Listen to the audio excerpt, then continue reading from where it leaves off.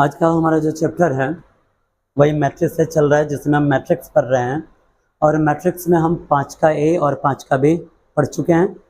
आज जो हमारा टॉपिक है 5 की सी के लिए मल्टीप्लिकेशन ऑफ मैट्रिसेस, यानी कि अवयवों का गुणा।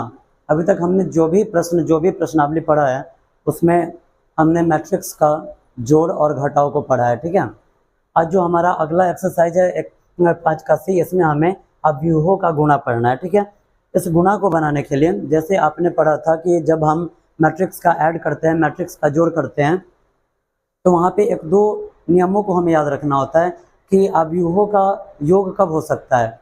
जब दो अवयव दिया जा रहा है और दोनों का ऑर्डर सेम होता है। अगर ऑर्डर सेम नहीं है तो फिर हम उस मैट्रिक्स का ना तो जोड़ कर सकते हैं और ना ही घटाव कर सकते हैं। इतना हमें याद रखना था। हमने अभी तक पढ़ा क्या क्या है, थोड़ा सा हम उस बातों पर ध्यान कर लेते हैं। तो अवयव कहते हैं किसे हैं, मैट्रिक्स किसे कहते हैं, मैट्रिसेस क्या होता है, मैट्रिक्स के कितने प्रकार होते हैं, सभी प्रकारों को हमने पढ़ा था। और उसके बाद मैट्रिक्स का जोड़ घटाव, थोड़ा बहुत गुणा, जिसमें आगे अगर कुछ गुणांक दिया हुआ है तो उसमें सारे एलिमेंट्स से मल्टीप्लाई हो सकता है, हमने यहाँ तक पढ़ा था।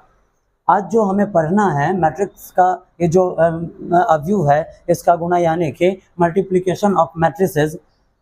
इसमें भी थोड़ा सा कुछ नियम हमें याद रखना होगा। उतना अगर हम याद रख पाते हैं तो फिर ये प्रश्नावली हमसे बिल्कुल इजीली बन जाएगा। ठीक है, चलिए सबसे पहले हमें याद क्या रखना है, हमें याद रखना है कि मान लीजिए अगर हमारे पास दो मैट्रिक्स है,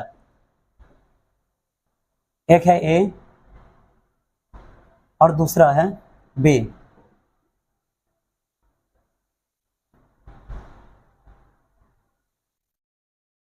तो इसके गुणा के लिए शर्त क्या होता है, जब हमें ए बी निकालना हो तो ए बी हम कब निकाल सकते हैं। सबसे मूल चीज यही है कि ए बी हम कैसे निकाल पाएंगे। तो मान लीजिए अगर ये जो ए है, अगर ए में जो एलिमेंट्स दिया गया वो कुछ इस टाइप का है, 2 3 5 7 6 9, और यहाँ पर जो है वो है 5 4 6 8 2 3। जरा आप देखिए इसका जो ऑर्डर है किस टाइप का है। ये जो मैट्रिक्स है ये 3x2 ऑर्डर का है और ये है 2x3 ऑर्डर का। कुल मिलाकर बात ये हुआ कि इसमें जो पंक्ति है 3 है और स्तंभ है वो क्या है, 2 है। इसमें पंक्ति 3 है और इसमें और यहाँ पे स्तंभ 2 है। लेकिन जब हम इस मैट्रिक्स में आते हैं तो यहाँ पर क्या हो जाता है, यहाँ पे जो पंक्ति है ये हो जाता है 2, यहाँ पे पंक्ति 2 हो जाता है और स्तंभ क्या है, 3 है। अब गुणा के लिए मेनली नियम क्या है, तो आपको ये ध्यान रखना है कि इसमें कितने रोज है, इसमें जो रोज है कितना है, 3 है। और इसमें जो कॉलम है वो कितना है, इसमें कॉलम 3 है। ठीक है, यानी कि पहलका मैट्रिक्स में जो रोज होगा, जितना रोज होगा उतना ही सेकंड मैट्रिक्स में क्या होना चाहिए, कॉलम होना चाहिए। ठीक है, जितना पहलका मैट्रिक्स में रोज है उतना ही सेकंड मैट्रिक्स में कॉलम होना चाहिए। तो ये दोनों एक दूसरे के लिए कंफर्टेबल है और हम इसका गुणा कर सकते हैं। ठीक है, गुणा कब हम करेंगे, तो इसका जितना रो है उतना ही इसका क्या होना चाहिए, कॉलम होना चाहिए। ठीक है, या फिर इसका जितना कॉलम है उतना ही इसका रो होना चाहिए, यानी कि एक दूसरे का रो और कॉलम इक्वली में रिलेटिव होना चाहिए। ठीक है, दोनों ये जो दोनों मैट्रिक्स है, दोनों मैट्रिक्स में रो और कॉलम के बीच संबंध क्या होना चाहिए, तो दोनों आपस में क्या होना चाहिए, बराबर होना चाहिए। यहाँ पे हमें ऑर्डर के पीछे नहीं भागना है, यहाँ हमें देखना है कि अगर पंक्ति, पहला का पंक्ति और दूसरा का स्तंभ अगर बराबर है तो हम गुणा कर सकते हैं। ठीक है, या फिर अगर पहला का स्तंभ और दूसरा का पंक्ति आपस में बराबर है फिर भी हम गुणा कर सकते हैं। लेकिन ये आपस में बराबर नहीं हो तो गुणा नहीं होगा। ठीक है, समझने में कुछ दिक्कत नहीं। चलिए इसको हम एक एग्जांपल के थ्रू समझ लेते हैं कि आखिर ये बनेगा कैसे। आ जाइए, हम आपको इसका व्यापक रूप एक दिखा देते हैं ताकि आपको पूरा क्लियरली समझ में आ जाए कि अवयवों का गुणा होता कैसे है।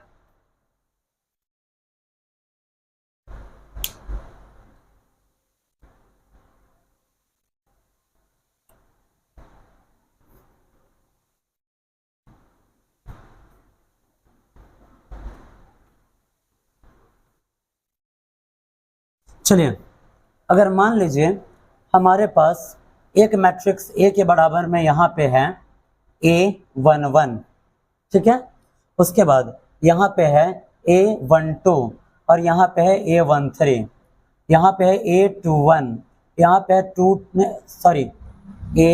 A22 और यहाँ पे A23, और एक और मैट्रिक्स है हमारे पास यहाँ पे बी के बराबर में, और ये जो मैट्रिक्स है ये कैसा है, तो ये यहाँ पे है B11 और यहाँ पे ये है B12, यहाँ पे B21, यहाँ पे B22 और यहाँ पर B31 और यहाँ पे B32। जरा आप बताइए ये दोनों मैट्रिक्स मल्टीप्लाई के लिए कंफर्टेबल है या नहीं है। जरा आप देखिए इसमें कितने पंक्ति है, कितने रो है, 2 है, फर्स्ट और सेकंड, और इसमें कॉलम कितना है, 2 है ना। यानी कि इसका रो यानी कि इसकी पंक्ति और इसका स्तंभ दोनों आपस में बराबर है या नहीं है। देखिए आप यहाँ से, यहाँ का पंक्ति एक और दूसरी पंक्ति, और यहाँ का जो स्तंभ है पहला स्तंभ और दूसरा स्तंभ, यहाँ पर पंक्ति 2 है और यहाँ पे स्तंभ कितना है, 2 है। तो ये दोनों मल्टीप्लाई के लिए कंफर्टेबल है या नहीं है। अब चलिए जब हम इसका मल्टीप्लाई करेंगे तो कैसे मल्टीप्लाई होता है वो देख लीजिए। अगर हमें ए बी निकालना है, मल्टीप्लाई करना है, तो इसका मल्टीप्लाई कैसे होगा ये देखिए। सबसे पहले ये जो पहल का एलिमेंट है A11, इससे मल्टीप्लाई हो जाएगा B11 में, ठीक है, B11 में प्लस का सिंबल देना है, ठीक है, प्लस का सिंबल देना है। उसके बाद यहाँ पे लिखना है A12 से मल्टीप्लाई यहाँ पे हो जाएगा B21 में, ठीक है, और उसके बाद प्लस फिर देंगे A13 में मल्टीप्लाई हो जाएगा B31 से। बात समझने में कोई तकलीफ है क्या, नहीं ना। चलिए अब आगे बढ़ते हैं। जब हम आगे बढ़ेंगे तब अब कैसे होगा, थोड़ा सा स्पेस हम यहाँ पे ब्लैंक छोड़ेंगे और उसके बाद लिखेंगे A11 में मल्टीप्लाई यहाँ पे हो जाएगा B12 में, फिर यहाँ पे प्लस A12 से मल्टीप्लाई होगा B22 में, ठीक है, और उसके बाद फिर A13 से मल्टीप्लाई हो जाएगा B32 में। समझने में कुछ कठिनाई नहीं ना। यहाँ पे आप इस बॉक्स को बंद कीजिए। दोबारा अब आइए यहाँ पे लिखना है A21 से मल्टीप्लाई होगा B11 में, ठीक है, उसके बाद प्लस A22 से मल्टीप्लाई होगा B21 में, फिर प्लस A23 से मल्टीप्लाई हो जाएगा B31 में। समझने में कुछ तकलीफ है क्या, फिर थोड़ा सा ब्लैंक जगह छोड़ेंगे। उसके बाद आइए फिर यहाँ पे A21 में मल्टीप्लाई होगा B12 से, प्लस A22 में मल्टीप्लाई होगा B22 से, उसके बाद फिर प्लस, और उसके बाद A23 से मल्टीप्लाई हो जाएगा B32 में। यही गुणा का नियम है, ठीक है, ये आपका व्यापक रूप हुआ। कुल मिलाकर यहाँ पर क्या कहा जाएगा, यहाँ पर कुल मिलाकर यही कहा जाएगा कि ये जो है इससे पूरा इसमें गुणा करके जोड़ते हुए लिखना है, ठीक है, इससे पूरा इसमें गुणा करते हुए यहाँ जोड़ते हुए लिख देना है। कैसे, तो देखिए A11 से मल्टीप्लाई हुआ B11 में लिखा गया, प्लस A12 से मल्टीप्लाई हुआ B21 में लिखा गया, प्लस A13 से मल्टीप्लाई हुआ B31 में लिखा गया। थोड़ा सा ब्लैंक, फिर इससे पूरा दूसरका में गुणा करना है जोड़ते हुए। A11 से मल्टीप्लाई हुआ B12 में, ठीक है, प्लस A12 से मल्टीप्लाई हुआ B22 में लिखा गया, प्लस A13 से मल्टीप्लाई हुआ B32 में लिखा गया। यानी कि कुल मिलाकर कहानी कैसे बनता है, तो देखिए इससे गुणा इसमें जोड़ते हुए, ठीक है, फिर से इससे गुणा इसमें कैसे जोड़ते हुए, दोबारा टाइम में इससे गुणा इसमें कैसे जोड़ते हुए, और फिर इस सबसे गुणा इसमें कैसे जोड़ते हुए। समझने में कुछ कठिनाई है क्या, नहीं। ये आपका व्यापक रूप है। अगर आपने इसे समझ लिया तो अगला मैट्रिक्स आपसे इसमें जो मल्टीप्लाई है वो आपसे 100% बन जाएगा, ठीक है। इतना समझने में किसी को कुछ कंफ्यूजन नहीं। चलिए एक अब हम आपको प्रश्न बनाकर दिखाते हैं ताकि कहीं आपको कुछ कंफ्यूजन ना हो। और आज के डेट में आपको जो होमवर्क दिया जाएगा बहुत ही थोड़ा सा होमवर्क है। क्यों? क्योंकि जो आपको होमवर्क दिया जा रहा है उससे आगे का प्रश्न बनाने के लिए अभी बहुत सारी पॉइंट्स की आवश्यकता है जो आपको नेक्स्ट क्लास में बताया जाएगा। और चूंकि इतना ही बनाना थोड़ा सा लार्ज है क्योंकि यहाँ पे जो आपको काम करना है कुछ ज़्यादा ही वर्क करना है यहाँ पे। अब आ जाइए जरा आप देखिए, आज आपको जो एक्सरसाइज पढ़ना है बाबू 5 का सी है, ठीक है।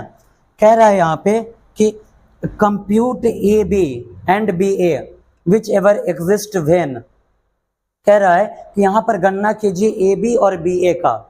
ए बी और बी ए का गणना करना है कब? जब नीचे वाला अगर जो वैल्यू है वो एग्जिस्ट हो, ठीक है, गणना के लायक हो, कंफर्टेबल हो, उसके बाद ही आपको गणना करना है, नहीं तो नहीं करना है। अब आ जाइए जरा हम यहाँ पे एक एग्जांपल लेते हैं, या इधर ही ले लेते हैं। एग्जांपल नहीं है, ये आपके एक्सरसाइज का ही प्रश्न है।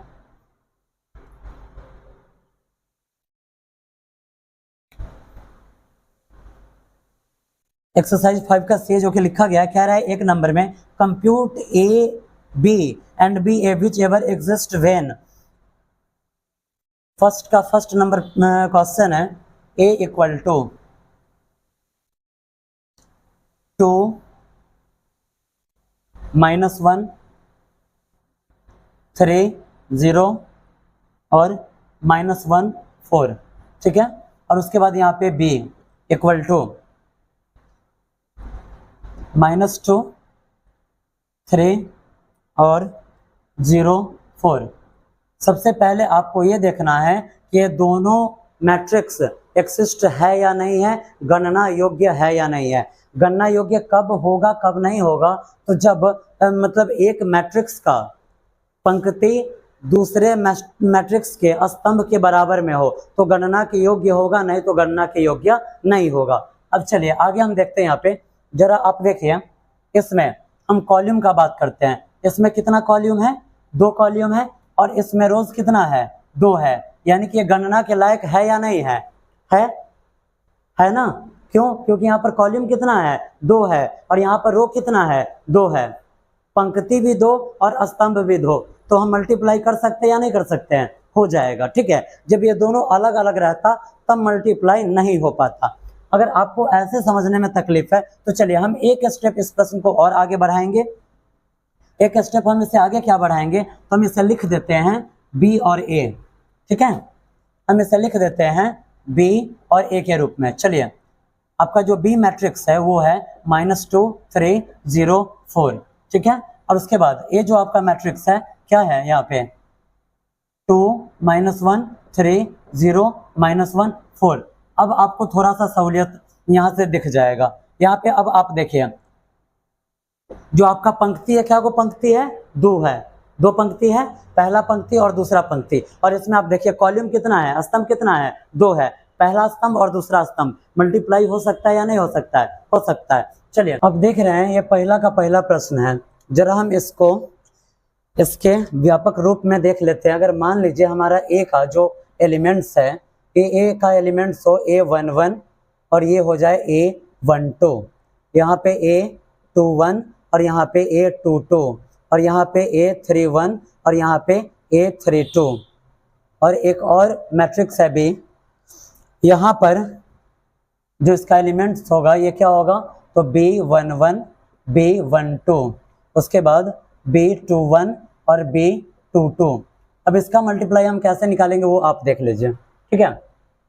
इसका जब हमें मल्टीप्लाई निकालना होगा तो हम कैसे निकालेंगे? तो इसका मल्टीप्लाई निकालने से पहले हम क्या कर लेते हैं, इसके नियम को हम देख लेते हैं। सेम इसी के तरीका आप देख रहे हैं, यहाँ पे भी आपको एलिमेंट दिया गया है। यहाँ पे हम निकालेंगे A इंटू बी। जब हम यहाँ पर A इंटू बी निकालेंगे तो करना क्या है? A11 से B12 में मल्टीप्लाई करना है। A11 से B11 में मल्टीप्लाई होगा, उसके बाद देना है प्लस, ठीक है। उसके बाद आ जाएगा प्लस और उसके बाद क्या करना है? इसके इस एलिमेंट से A12 से मल्टीप्लाई होगा B21 में। थोड़ा सा स्पेस छोड़ेंगे, फिर से आपको क्या करना है?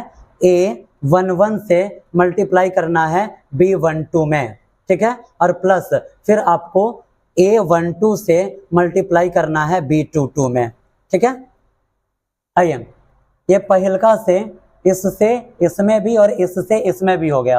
अब आपको करना क्या है, इससे इसमें भी मल्टीप्लाई करना है और इससे इसमें भी मल्टीप्लाई करना है। तो चलिए कैसे मल्टीप्लाई होगा, कुछ लिख रहे हैं कुछ, A21 से मल्टीप्लाई होगा B11 में, प्लस A22 से मल्टीप्लाई हो जाएगा B21 में, थोड़ा सा स्पेस, A21 में मल्टीप्लाई हो जाएगा B12 से और प्लस A22 से मल्टीप्लाई हो जाएगा B22 में।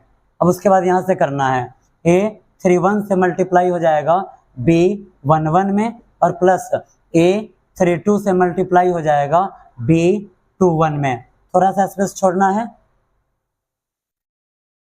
उसके बाद A31 से मल्टीप्लाई हो जाएगा B12 में और उसके बाद A32 से मल्टीप्लाई हो जाएगा B22 में। यही आपका फॉर्मेट है। एक बार फिर से इसको देखिए, थोड़ा सा इसमें दिक्कत हो गया है, चलिए इसको फिर से आप एक बार देख लीजिए। हमें मल्टीप्लाई कैसे करना है, तो A11 में B11 से हमने लिखा, ठीक है, और फिर उसके बाद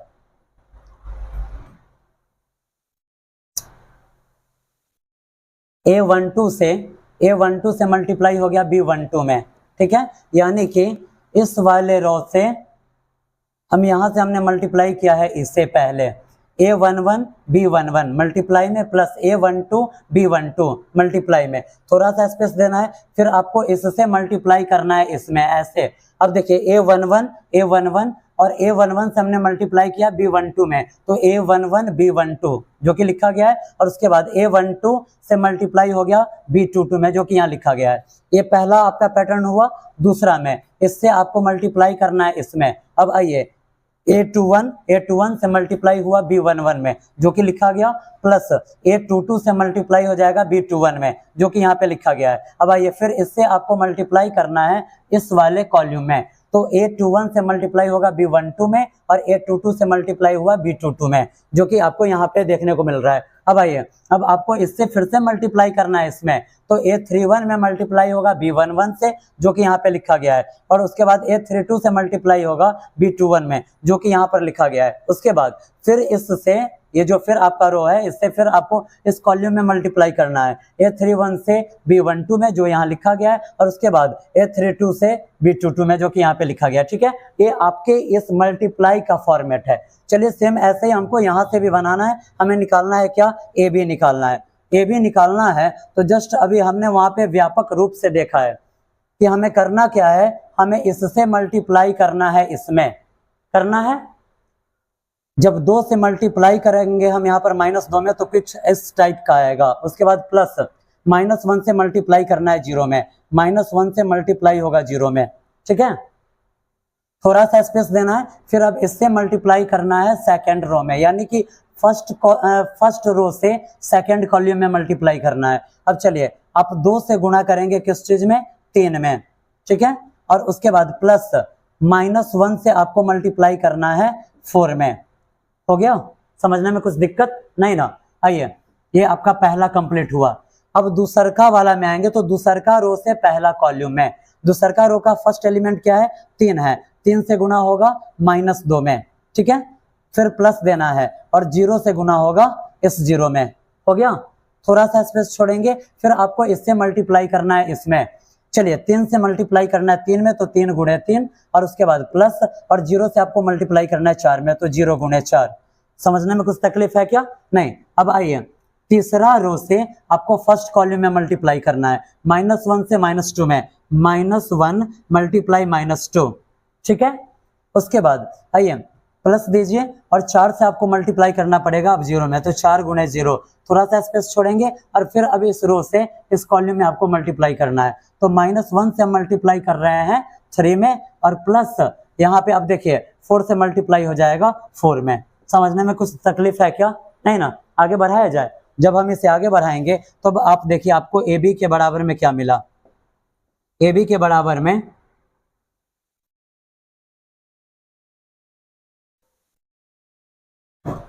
2 दूनी 4 plus minus minus plus minus, minus 1 से 0 में गुणा होगा, 0 और 0 का किसी भी जोड़ या घटाव के साथ कुछ भी संबंध नहीं होता है, इसलिए हम इसे हटा सकते हैं। ठीक है, कैसे? तो देखिए 2 दूनी 4, प्लस माइनस माइनस, और 1 में जब 0 से गुणा होता है तो ये 0 हो जाता है, और 0 को आप किसी संख्या में जोड़ते हैं या घटाते हैं तो कुछ भी आपको नहीं मिलने वाला है, इसलिए मैंने इसे पहले ही छोड़ दिया है। अब आप यहाँ पे देखिए 2 तिया 6 और उसके बाद प्लस माइनस माइनस 1 चौके 4।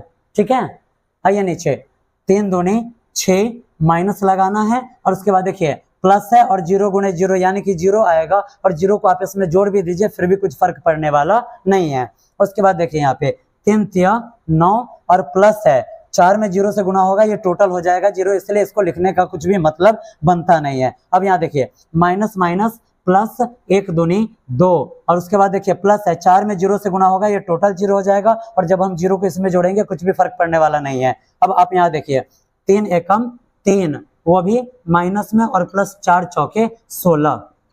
समझने में कुछ तकलीफ नहीं ना? इसको थोड़ा सा एक स्टेप और आगे बढ़ाना है और आपका मैट्रिक्स बन के यहाँ पे हो गया रेडी।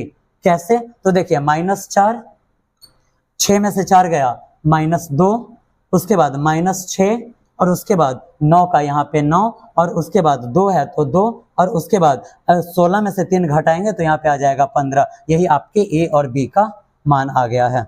बनेगा क्या? क्या? सॉरी 6 में से 4 जाएगा तो प्लस में 2 होगा। ठीक है, समझने में कुछ कठिनाई है क्या? बन जाएगा।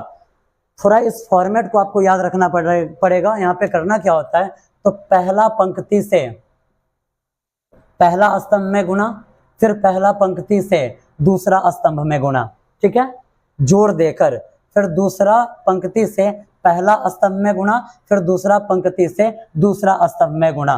ठीक है, फिर तीसरा पंक्ति से पहला स्तंभ में गुणा, और फिर तीसरा पंक्ति से दूसरा स्तंभ में गुणा। बन सकता है क्या? बनेगा। सेम ऐसा ही प्रश्न जो अभी आपको समझाया गया है, इस टाइप का प्रश्न आपको पूरा 1 नंबर में 5 प्रश्न, उसके बाद 2 नंबर में 2 प्रश्न, और 3 नंबर में 3 प्रश्न देखने को मिलेगा। 4 नंबर में आपको 1 प्रश्न बनाना है। ठीक है, यानी कि 4 तक आपको क्लियर करके लाना है। अब आप सोचेंगे कि मान लेते हैं कि अगर यहाँ पे कॉलम बढ़ा तो, तब आपको करना क्या होगा, जरा ये सोच लीजिए। अगर यहाँ पे आ रहा है B13 और B23, एक कॉलम को मैंने बढ़ा दिया है। ठीक है, एक कॉलम को मैंने बढ़ा दिया है, तब आपको क्या करना होगा, पहली पंक्ति से पहला स्तंभ में गुणा, पहली पंक्ति से दूसरा स्तंभ में गुणा, पहली पंक्ति से तीसरा स्तंभ में गुणा। ठीक है, दूसरी पंक्ति से पहला स्तंभ में गुणा, दूसरी पंक्ति से दूसरा स्तंभ में गुणा, दूसरी पंक्ति से तीसरा स्तंभ में गुणा। ठीक है, फिर तीसरी पंक्ति से पहला स्तंभ में गुणा, तीसरी पंक्ति से दूसरा स्तंभ में गुणा, और तीसरी पंक्ति से तीसरा स्तंभ में गुणा। बन जाएगा। ऐसे ही आपको व्यापक रूप अपना एक निकाल लेना है ताकि आप घर पे समझ ले, और उसके बाद आपको क्वेश्चन को, जो भी प्रश्न आपको इस एक्सरसाइज में 5 के सी में आपको हमेशा बताया जाता है कि भारतीय भवन का न्यू एडिशन का बुक है, RS अग्रवाल द्वारा लिखा गया, और पेज नंबर का अगर बात किया जाए तो 186 है।